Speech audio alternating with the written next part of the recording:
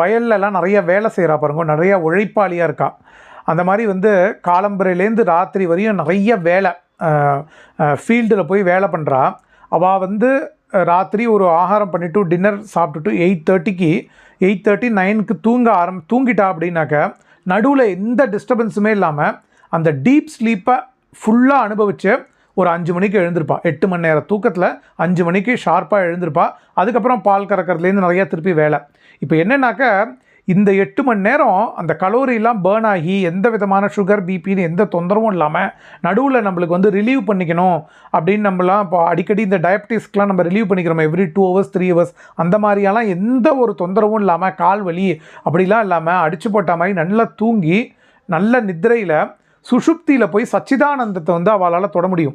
அந்த 8 மணி நேரம் சுஷுப்தியை தான் டீப் ஸ்லீப் அப்படின்னு நிறையா இடத்துல ரமண மகரிஷி சொல்லியிருக்கார். இப்போ இதில் என்னன்னாக்கா வேதனையான விஷயம் என்னென்னா